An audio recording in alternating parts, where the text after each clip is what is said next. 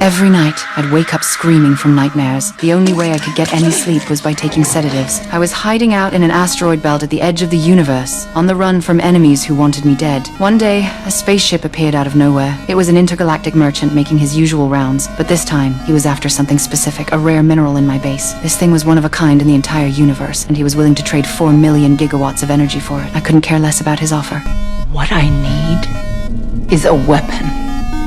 One powerful enough to destroy an orbital colony the size of, say, Cronus. Years ago, Kronos betrayed us, killed my husband, and slaughtered over 1,000 people from my clan. Revenge was the only thing keeping me alive. This squid-like merchant claimed he didn't deal in weapons. No matter how hard he tried to convince me, I wasn't budging. That's when he noticed my pet roaches. He could tell I was lonely out here in this godforsaken wasteland and needed companionship. The merchant cut off the comlink, then reconnected moments later. This time, there was a cute little creature by his side, his planet's mascot, famous across the universe as an emotional support companion. Cute. He was trying to sweeten the deal to get that mineral. But I will not trade my prize for a used alien pet. When I turned him down again, he suggested a trial period, no payment required. If I still wasn't interested when he came back in 90 days, no hard feelings, I agreed. To be honest, I was tempted. I had no idea this would be my biggest mistake. The little guy was delivered to my base right away. With its stubby legs and round, pudgy body, I fell for it instantly. I ran a full scan to make sure it was healthy and disease-free. Strangely enough, its DNA was incredibly complex, a fusion of hundreds of different species, even including human genes. It seemed odd, but I didn't dig deeper. Having the little creature around really lifted my spirits. But one day, it vanished. At the same time, I found dismembered limbs scattered around the base, all from my pet roaches. I followed the trail of carnage to a corner where I found a cocoon.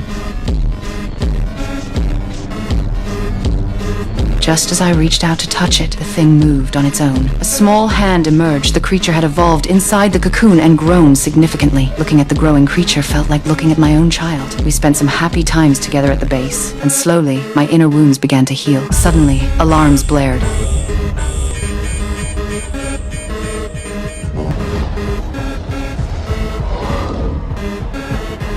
Kronos, my father's killer, had somehow tracked me down and come in person. The sight of that ugly face filled me with rage. Over the years, I'd killed him 11 times, but they were all clones. The real one had stayed alive all along. Now that he knew I was hiding at the edge of the universe, he'd come himself to finish me off for good. Ha! Missed me, asshole!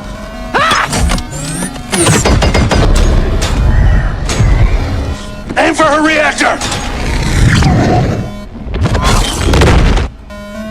After the reactor exploded, only one space station remained from my base. In the chaos, I fired up the backup power and launched a poison gas missile.